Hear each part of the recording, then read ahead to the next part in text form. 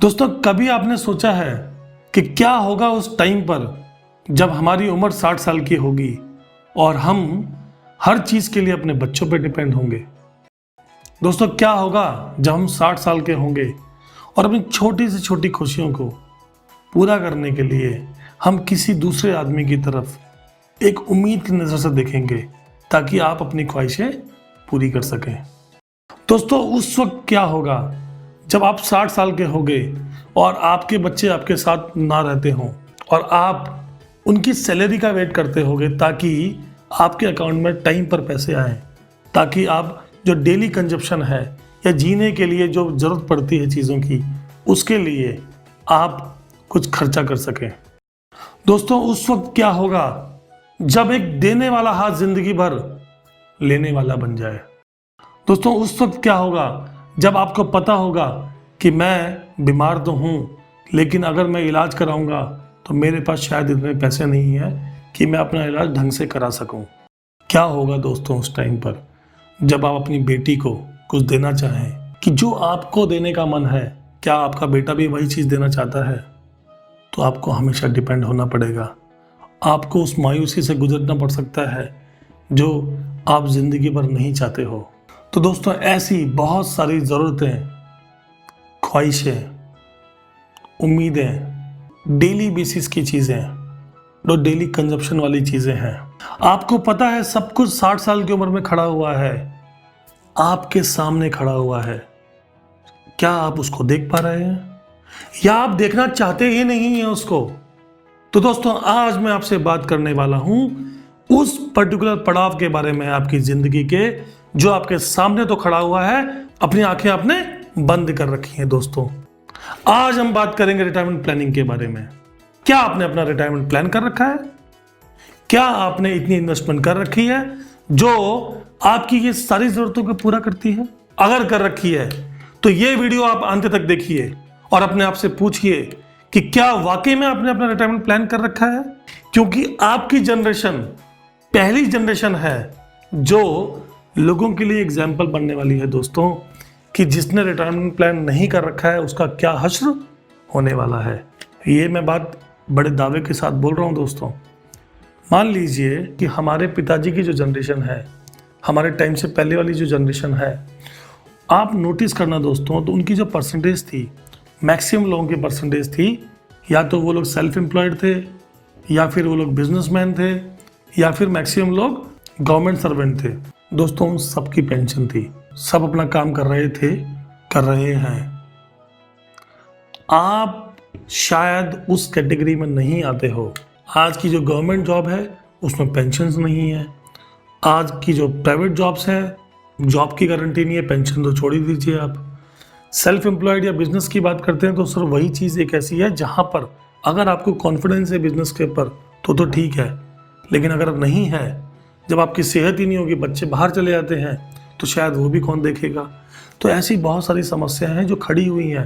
आपके सामने सिर्फ एक ही चीज़ होगी जो आपको बचाएगी, और वो होगी आपकी रिटायरमेंट प्लानिंग। दोस्तों, तो नमस्कार दोस्तों, मैं Dhirendra Sharma, certified financial planner, स्वागत करता हूं आपका एक ऐसी जर्नी में जो हम सभी को एक नॉर्मल कंज्यूमर से समझदार कंज्यूमर बनाती है।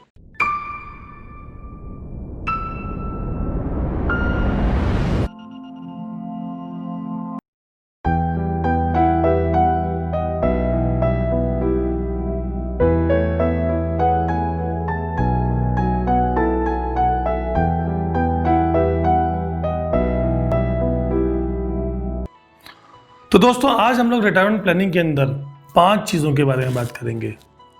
पहली चीज़, होती क्या चीज़ है।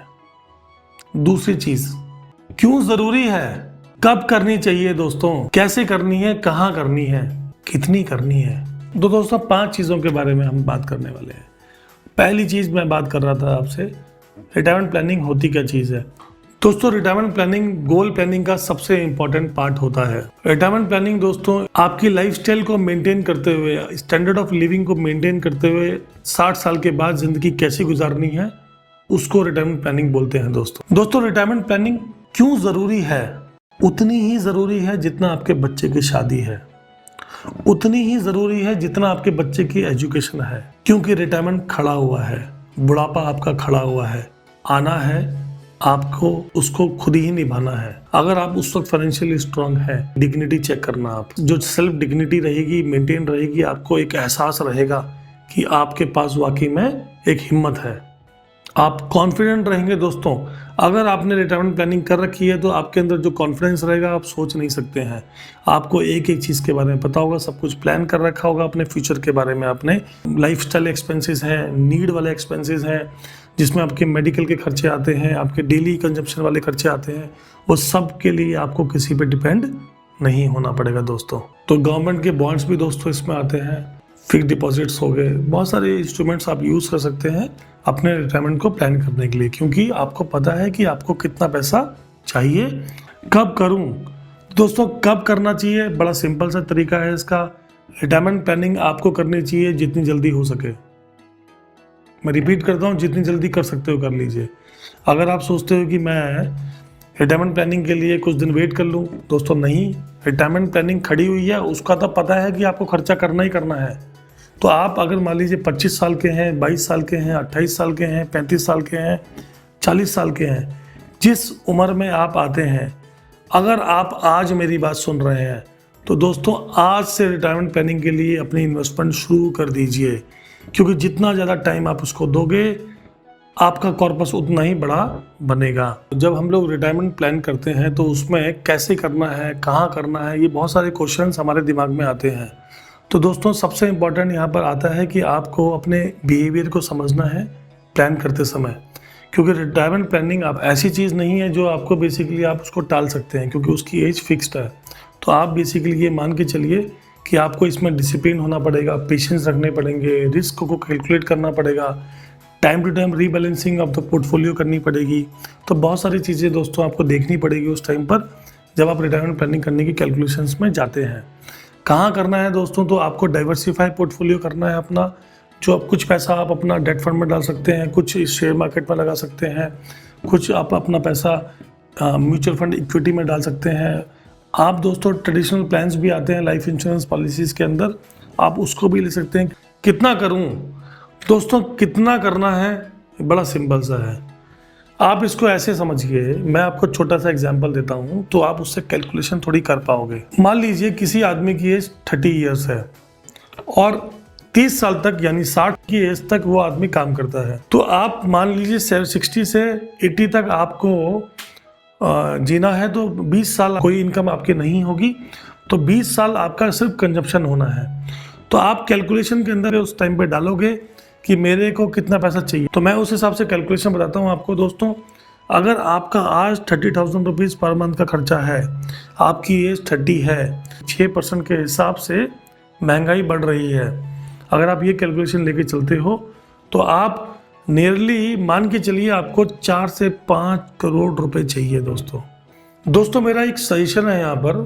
तो पहली चीज़ इसके अंदर आती है कि आप जो भी इन्वेस्टमेंट करते हैं तो आप रिटायरमेंट प्लानिंग को it is a long term process. इसको लेकर बिल्कुल ये मत सोचिए कि आपने आज डिसाइड कर लिया तो आप आज ही सब कुछ कर लोगे। पॉसिबल नहीं होता है, क्योंकि हर आदमी की इनकम धीरे धीरे करके बढ़ती है। तो आप क्या करिए कि जैसे जैसे आपकी इनकम बढ़ती है उस हिसाब से आप अपनी इन्वेस्टमेंट्स को फिक्स्ड परसेंटेज में डाल दीजिए। यानी मान लीजिए आपने अपनी सैलरी का या अपनी इनकम का 10% या 5% रिटायरमेंट प्लानिंग के लिए डाल दिया, तो जितनी आपकी इनकम हर साल बढ़ती जाएगी आप उतनी ही इन्वेस्टमेंट रिटायरमेंट प्लानिंग के लिए डालते रहेंगे। तो ये कमिटमेंट अपने आप से करिए, आपको डेफिनेटली फ़ायदा होगा, क्योंकि जो कंपाउंडिंग बनेगा उससे आपके जो गोल्स हैं, जो 4 करोड़ 5 करोड़ रुपए आपको दिख रहा है बड़ा मुश्किल है, वो बहुत आसान है दोस्तों। दूसरा मेरा सजेशन आपको इस चीज़ के लिए ये होगा कि आप लॉक करने वाले इंस्ट्रूमेंट को चूज़ करिए, क्योंकि मैक्सिमम लोग बोलते हैं कि आप ऐसे प्रोडक्ट खरीदिए या इंस्ट्रूमेंट्स खरीदिए जहाँ पर आप पैसा निकाल सकते हैं।